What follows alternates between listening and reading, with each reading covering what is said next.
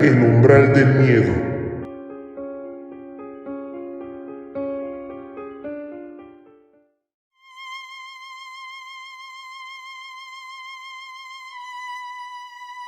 Un bosque de ahorcados. La violencia siempre genera más violencia. Los abusos cometidos por el ejército insurgente provocaron un enojo tan grande en el comandante realista que llegó a Guanajuato, que su represalia alcanzó un terrible nivel de crueldad. Félix María Calleja, general de caballería al servicio del rey, era un hombre estricto y duro. Al entrar a Guanajuato, se encontró con los asesinatos de la Alhóndiga y los robos a la ciudad. El primer castigo que ordenó fue detenido por la valentía del padre Belanzuaran. Luego, sin embargo, dispuso que se ahorcaran a todos los que hubieran participado en la rebelión insurgente. Se solicitó una lista a un eminente abogado, quien pidió 24 horas para entregarla, pero el hombre de leyes ocupó la mayor parte del tiempo en alertar a los conspiradores para que pudieran escapar. Al día siguiente se buscaron a los sospechosos, pero muchos ya habían desaparecido. Se capturaron a los que no habían huido y se arrestaron a otros para que tomaran el lugar de quienes habían escapado. Estos inocentes compartirían la misma suerte. Todos acabarían colgados de la horca. Se llamaron a todos los carpinteros disponibles para construir los patíbulos.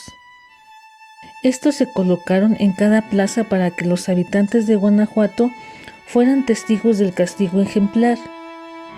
Los maderos se elevaron por todas partes como siniestros árboles de muerte, convirtiendo la ciudad en un espantoso bosque de ahorcados. Se cuenta que un joven minero fue llevado a la horca en la plaza de Mexiamora. Fue el último de aquella tarde fatal. Agotados los propios verdugos, se retiraron del lugar, convencidos de que el condenado ya había muerto. Un buen hombre se percató de que el muchacho estaba vivo y lo rescató.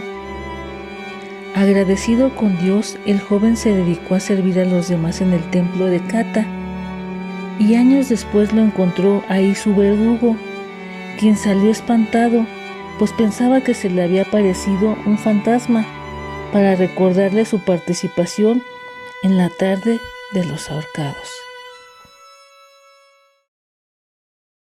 Los músicos que tocaron en el infierno.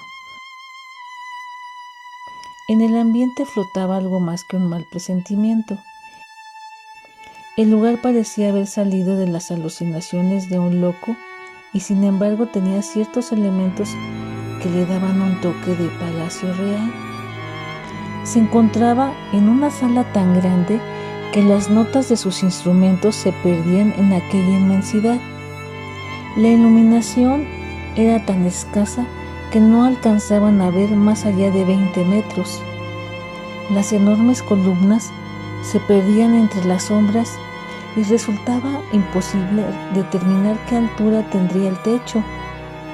El aire, si a eso se le podía llamar aire, parecía estancado por años. No había ventilación y el calor era cada vez más sofocante.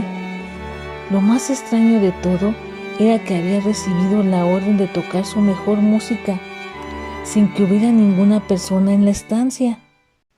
Ahí se encontraba el quinteto de cuerda de Miguel Ruiz, dando su mejor función en un salón de pesadilla, sin que nadie los escuchara.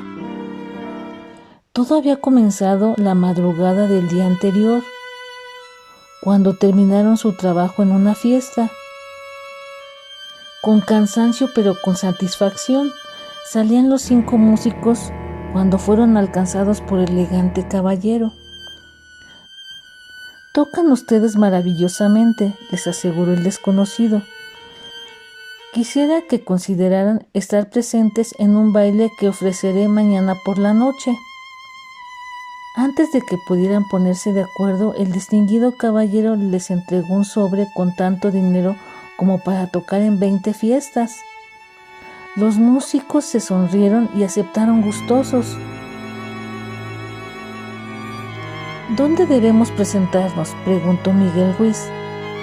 «Es un poco complicado. Yo vendré por ustedes aquí mismo y los conduciré». Y a la noche siguiente encontraron muy puntual a su contratante. Él los llevó por callejones que jamás habían visto, a pesar de que todos habían nacido en Guanajuato. Entraron finalmente en una casa aparentemente pequeña, mas al adentrarse parecían ensancharse hasta alcanzar dimensiones extraordinarias. Luego descendieron por muchas escaleras hasta llegar al salón en el que se les ordenó tocar. La cámara se fue llenando. Los músicos pensaron en un principio que se trataba de un baile de disfraces, pues entre la penumbra distinguían extraños rostros. Poco a poco se fueron convenciendo de que no eran máscaras. Los ojos de los asistentes brillaban en la oscuridad, que en lugar de ágiles pies eran pezuñas de cabra las que seguían la rítmica tonada,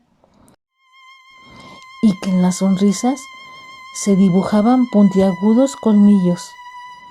Entonces recordaron algo más de la noche anterior, cuando el elegante señor les dio el sobre con el dinero. Ellos lo contaron y dijeron, casi a coro: